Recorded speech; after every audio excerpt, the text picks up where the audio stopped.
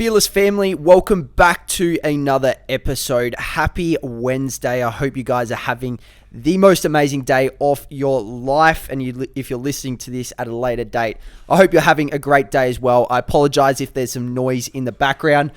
We've got 4 dogs that we're looking after at the moment, so it's pretty hectic. And one of them's just doing the little bit of zoomies at the moment and playing around with the other dogs. So I apologize for that, but let's get stuck into today's episode. So yesterday I spoke about my journey of being at the Adelaide Crows, and more specifically the day that I got delisted and how that sort of affected me, and quickly how I sort of overcame that. And now I want to speak about my next moves and next decisions after that, because for me it was one of the most traumatizing is probably not the right word, but went through a little bit of trauma in that experience. And obviously losing your career, losing the dream job that you have worked so hard for and worked from since you were the age of 5, that's all you would think about is playing AFL at the highest level possible. And to have that sort of stripped away from you gives you a big reality check, and some people don't know where to go from there. And for me, I am one that I'm all or nothing. So when I was at the Adelaide Crows, I was everything into that club and would do everything to make a career out of it. And then as soon as that was sort of stripped away from me, I was like, okay, what's next? I find that personally, I feel like I move on very quickly from situations. And when things don't go my way, okay, I go, okay, all right, what's next for me?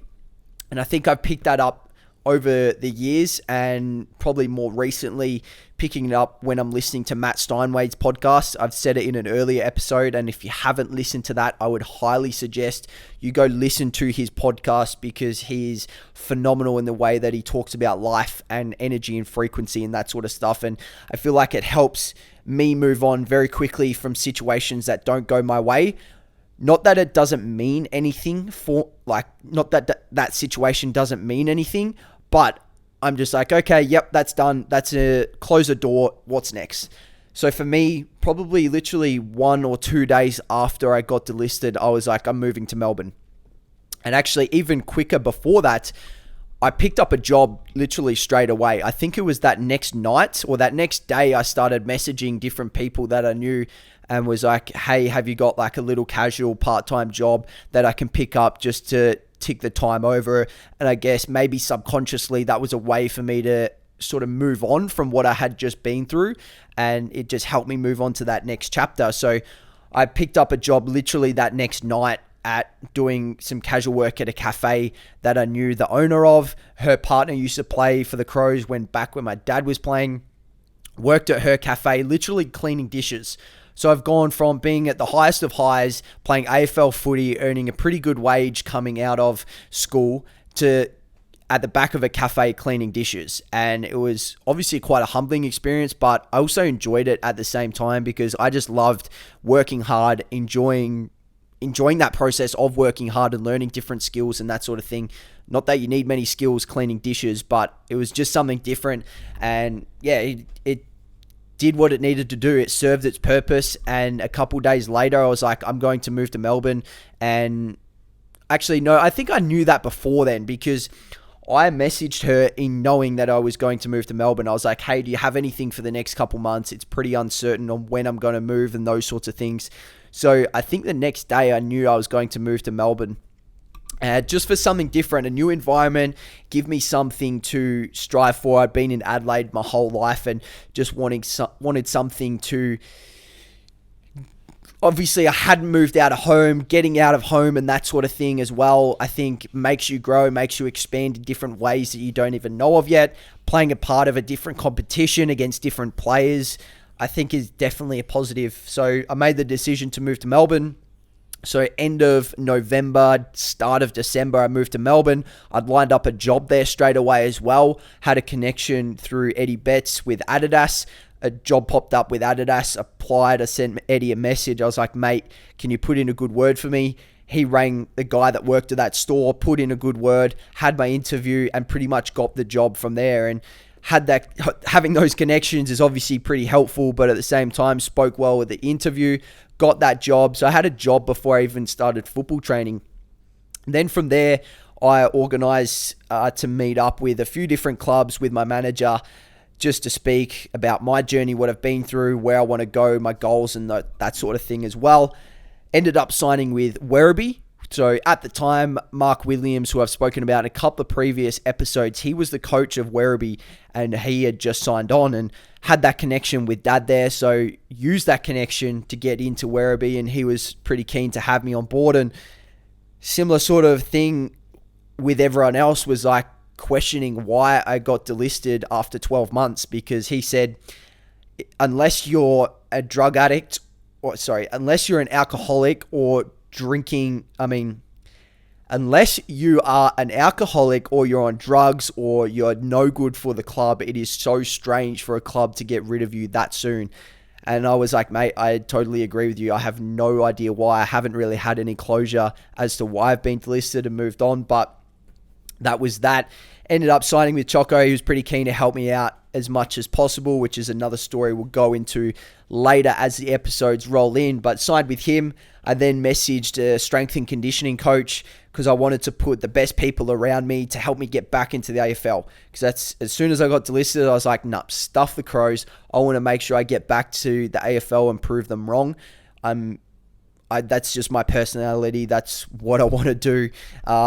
As soon as someone doesn't believe in me, I'm like, stuff you. I'm going to make sure that you regret that decision. So had messaged one of the best strength and conditioning coaches out there. Shout out Christian Woodford.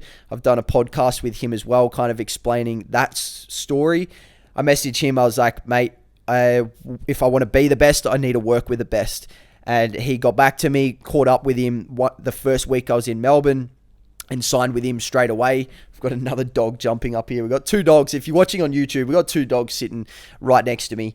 And started working with him straight away because I knew a big deficiency of mine was my strength, number one, my speed, my power was always has been a little bit of a deficiency. So something that I needed to work on, needed to address, and I addressed it straight away. I was like, get the best S&C coach around me, get one of the best football coaches of all time around me as well, and put my best foot forward to succeed and get back into the AFL. So that was that journey. That was that path. That's all I'm going to say because there's a lot to come around those journeys as well. And I'd love to do an interview with Christian Woodford again and speak about that little journey and path that we sort of shared together, because it was quite an interesting time and he was going through a tough time himself.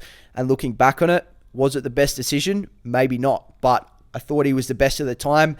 Little did I know he had a lot of mental health issues that he was dealing through himself. And not that I regret that decision, because obviously it makes you who you are today and you can't go back in time. So it is what it is, but there's a lot of learnings out of moving to Melbourne. I then ended up moving back to Adelaide, which again, I'll speak about in another episode, probably one of the next episodes. So I hope you got something out of that. And I think the biggest takeaway is no matter how tough some situations can get and no matter how down in the dumps you may feel, you have to move on quickly, because the club, Adelaide Crows, moved on quicker than what I would have, and they would have been already looking at their next crop of players that they want to pick up well before I was delisted. So you've got to move on just as quick, find that next opportunity that's going to get to where you want to go to next. I think mourning in it is important in a way, but it depends on your personality type as well and how you deal with those situations. For me, I wanted to move on straight away. I wanted to get to work. I wanted to start preseason or my off season right then and there, because I was like, nah, I'm not going to let these guys control and dictate my future. I want to be the dictator of my life and my journey. And I'm still on that path. I haven't made it back to the AFL yet, but I'm still on that path to get to the AFL. And that was part of my move to the Gold Coast, is to get back to the AFL. Ever since Dad finished playing football, I'd supported the Gold Coast Suns. It's a team I really want to play with. And even if I just get a training opportunity with the Gold Coast Suns, I'd be super happy just to get some closure, just to see if I'm actually good enough and to see if I can have a long-standing career in the AFL. I could spend another 10 years in the AFL and play good football. So it's never done.